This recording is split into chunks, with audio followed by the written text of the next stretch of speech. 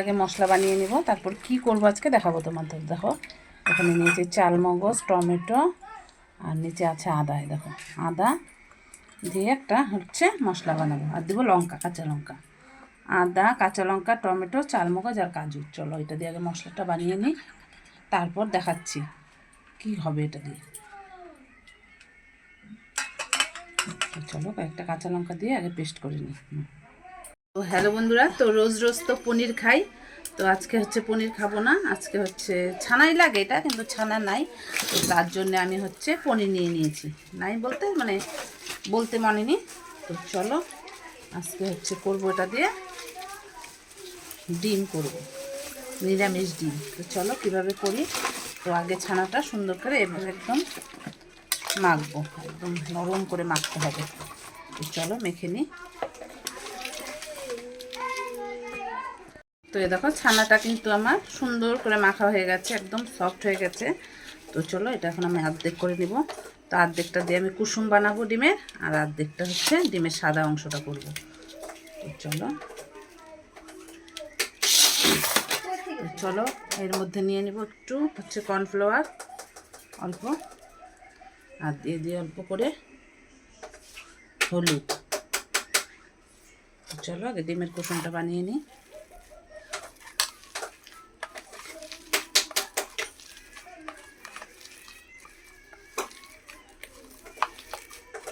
এটা একদম একটা নিরামিষ রেসিপি। মাখা কিন্তু হয়ে গেছে। তো চলো এখন আমি ডিমের কুসুমগুলো আগে তৈরি করে নিই। চলো এভাবে করে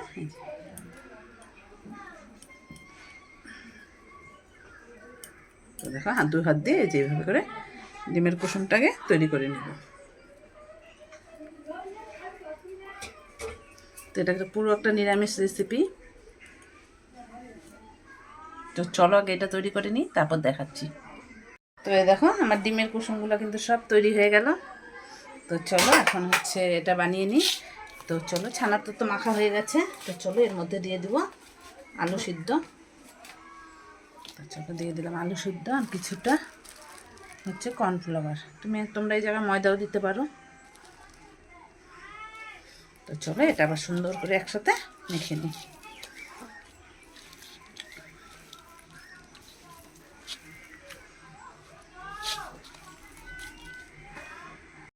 তো দেখো এখন হচ্ছে আমি একটা বানিয়ে দেখাই তোমাদের। চলো চলো এইভাবে নিয়ে নিবা। তো এটা কিন্তু খুব সুন্দর করে মাখতে হবে। তো দেখো আমি দুটো বানিয়ে নিয়েছি।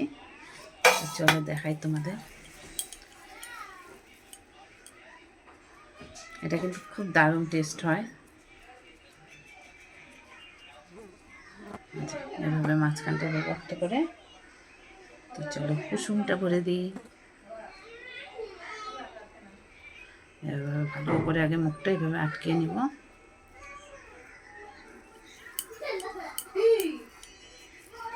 তো দেখো হয়ে গেল আমার নিরামিষ ডিম।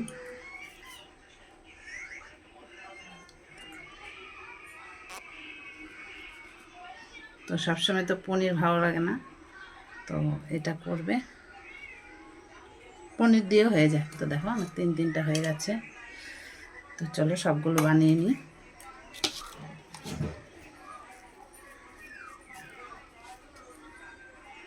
চলো আরেকটা বানিয়ে নিই। তো চলো এর মধ্যে দিয়ে দিব কুসুমটা।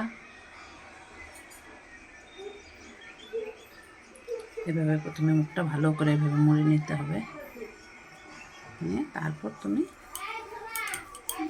এই যে এভাবে ডিমের শেপ দিয়ে দিলাম। তো চলো আস্তে আস্তে আমি এগুলো সব বানিয়ে নিই।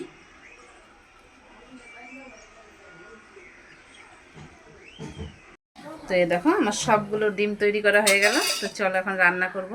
মনে হচ্ছে না হাঁসের ডিম একদম। তো নিরামিষ ডিমটা সব তৈরি করা হয়ে গেল। তো দেখো বসিয়ে দিয়েছি তেল। চলো ভাজা করে নিই। চলো ডিমগুলো এখন ভাজা করে নিব আস্তে আস্তে। নিরামিষ ডিম।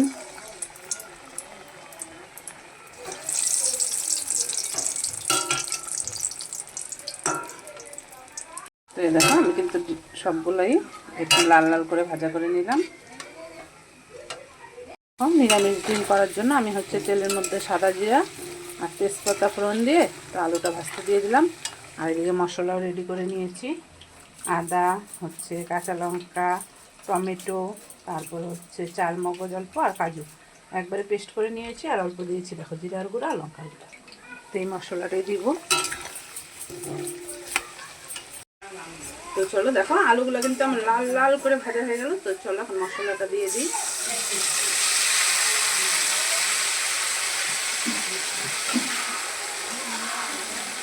দিয়ে দিলাম মশলাটা, দিয়ে দিতে হলুদ,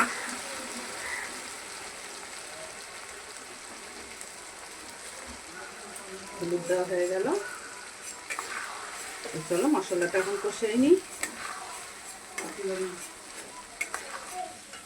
ঠিক করে ধরবো। তো চলো দিয়ে দিই লবণ, লবণ দিয়ে দিলাম। লবণ হলুদ দিয়ে মশলাটা কষিয়ে নিই, তারপরে দেখো আমার কিন্তু মশলা কষানো হয়ে গেছে। তো দেখো মশলা থেকে তেল ছেড়ে দিয়েছে। তো চলো এখন অল্প করে ঝোল দিয়ে দিই।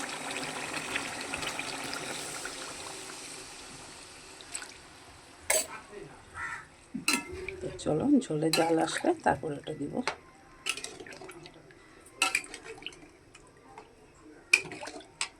তো দেখো ঝোলটা কিন্তু আমি আগেই ভালো করে সিদ্ধ করে নিলাম, কারণ এটা দিয়ে খুব বেশি সিদ্ধ করা যাবে না। তো চলো দিয়ে দিই।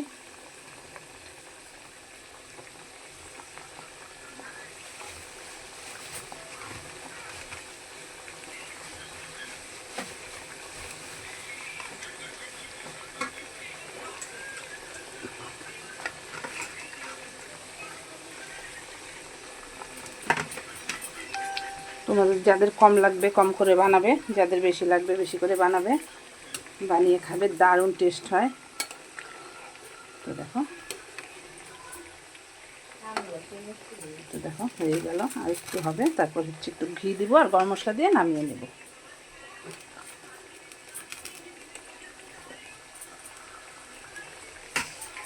নিরামিষ ডিম কিন্তু রেডি হয়ে গেল। তো কেমন হয়েছে রেসিপিটা তোমরা বলবে। আর এ দেখো এখানেও বেরিয়ে নিয়েছি, তো দুজনকে দিব আমি, তো তার জন্যে